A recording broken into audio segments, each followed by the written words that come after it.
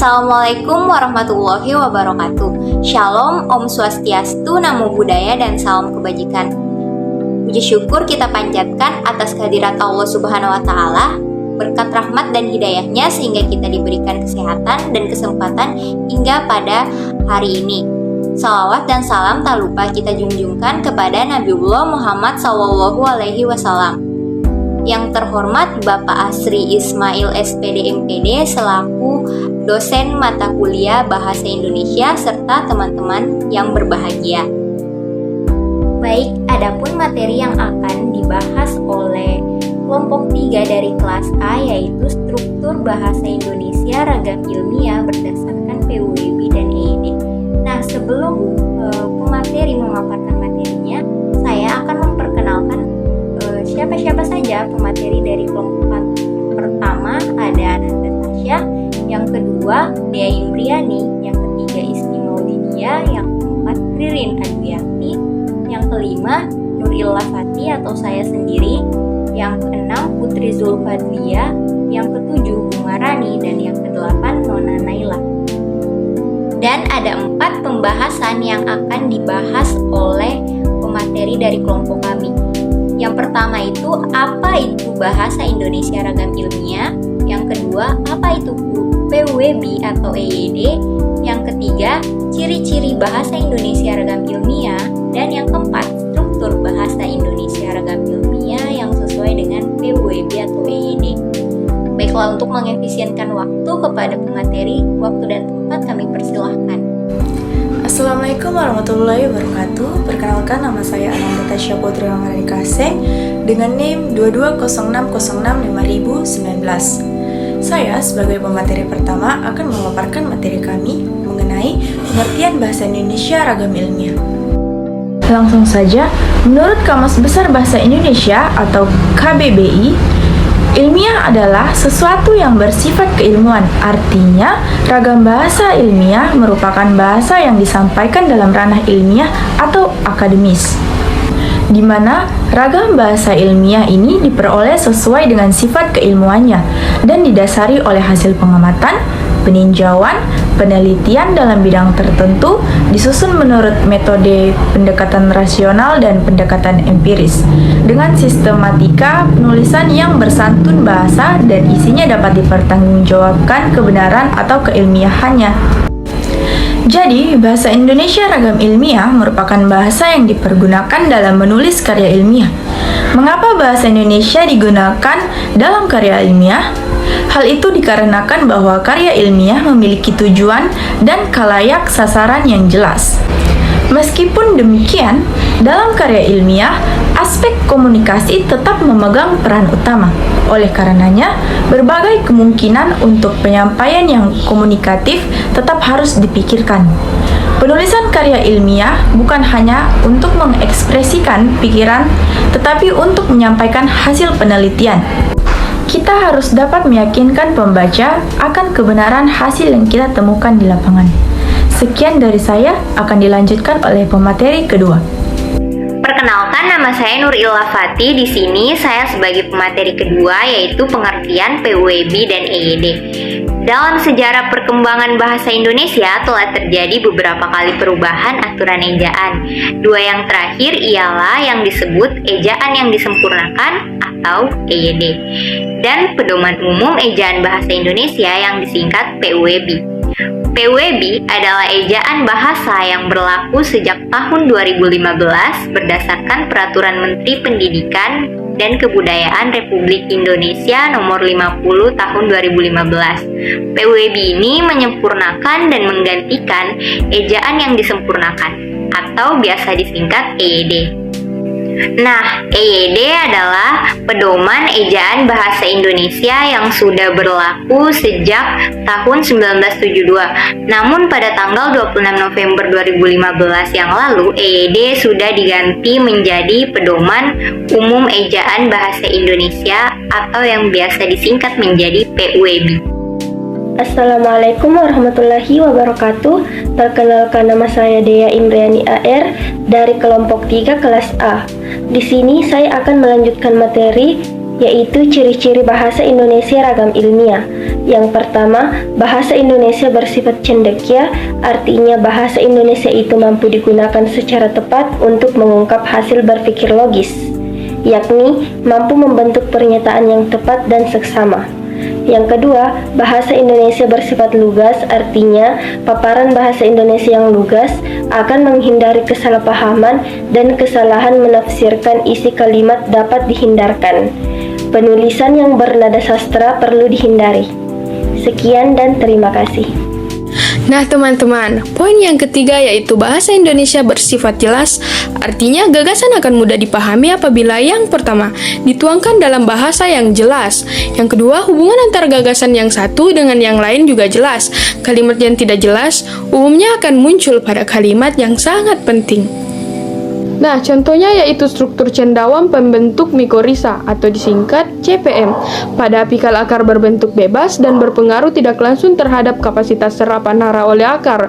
Misalnya dalam kompetisi dalam memanfaatkan karbohidrat, karena cendawan pembentuk mikorisa sangat tergantung kepada kandungan karbon tanaman inang sebagai sumber energinya, serta kapasitas dan mekanisme CPM dalam menyerap hara hanya akan dievaluasi dari asosiasinya dengan tanaman inang. Poin yang keempat yaitu bahasa Indonesia bersifat formal, artinya bahasa yang digunakan dalam komunikasi ilmiah bersifat formal.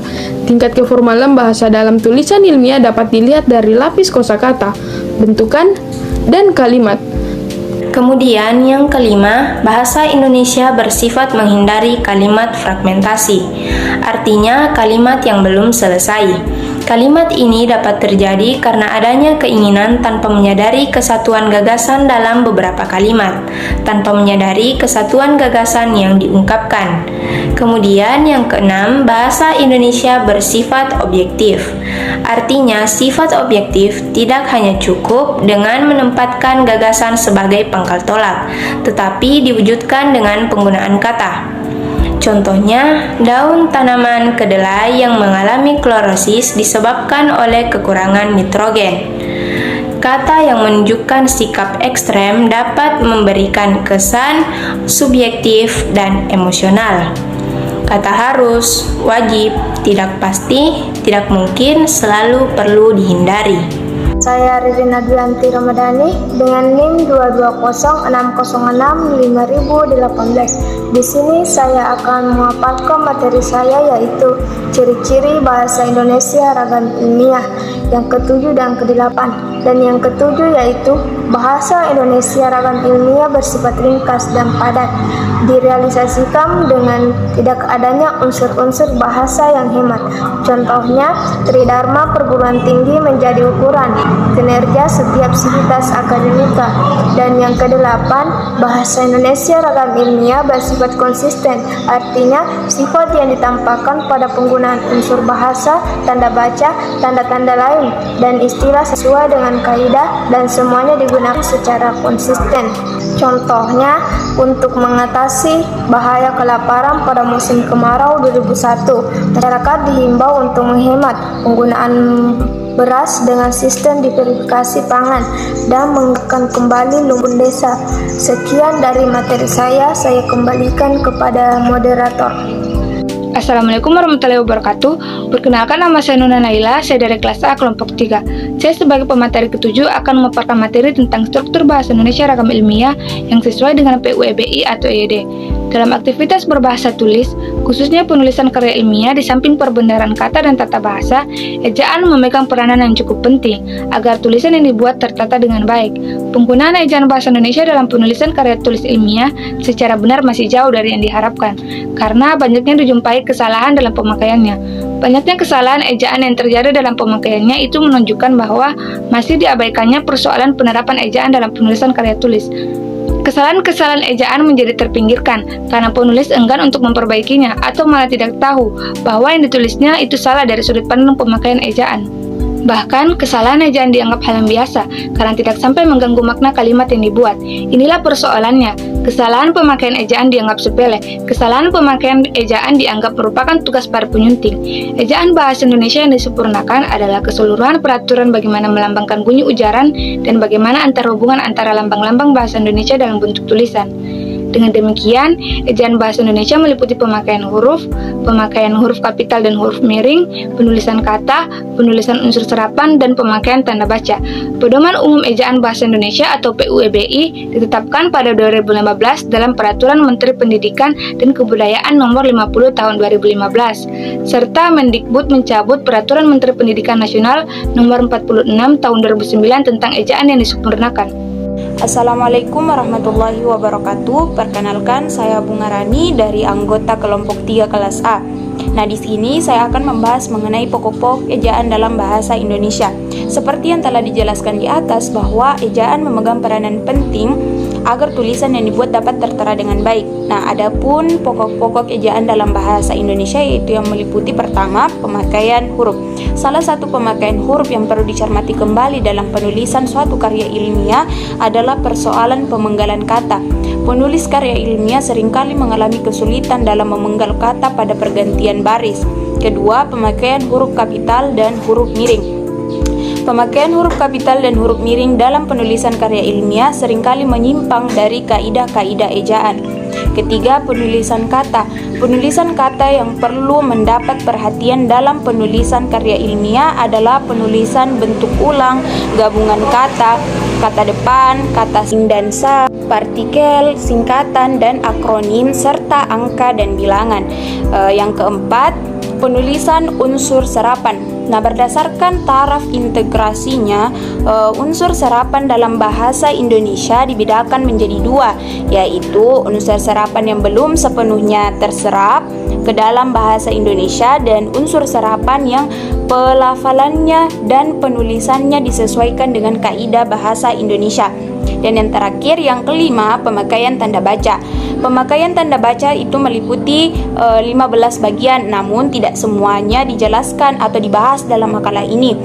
Yaitu adapun yang dibahas yaitu pemakaian tanda titik, titik koma, tanda titik dua, tanda pisah, tanda kurang, tanda petik ganda, dan tanda petik tunggal. Demikian dari saya. Wassalamualaikum warahmatullahi wabarakatuh. Adapun kesimpulan yang dapat kita ambil dari pemaparan ini ialah bahasa Indonesia biasa dipergunakan dalam menulis karya ilmiah. Seiring dengan berjalannya waktu, telah terjadi beberapa kali perubahan aturan ejaan, yang terakhir kali perubahannya kemudian ditetapkan menjadi ejaan yang disempurnakan EYD atau Pedoman Umum Ejaan Bahasa Indonesia atau PUEBI. Struktur dari bahasa Indonesia ragam ilmiah berdasarkan PUEBI atau EYD maupun untuk penulisannya dalam karya ilmiah terdiri dari pemakaian huruf kapital atau huruf miring, penulisan kata, penulisan unsur serapan, dan pemakaian tanda baca. Terima kasih atas perhatiannya, kurang dan lebihnya mohon dimaafkan. Wabillahi taufik walhidayah. Wassalamualaikum warahmatullahi wabarakatuh.